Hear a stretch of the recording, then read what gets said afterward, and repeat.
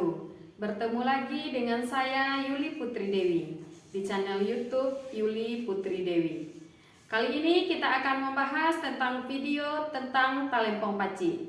Bagaimana cara memainkan talempong paci, teknik memegang talempong paci, serta teknik memegang stik talempong paci, dan beberapa lagu yang akan kita mainkan, termasuk salah satunya lagu Cak Dinding. Berikut adalah teknik dan cara memegang talempong paci. Pertama, kita ambil talempong paci, kemudian kita masukkan ke 3 jari, jari kelingking, jari manis, dan jari tengah.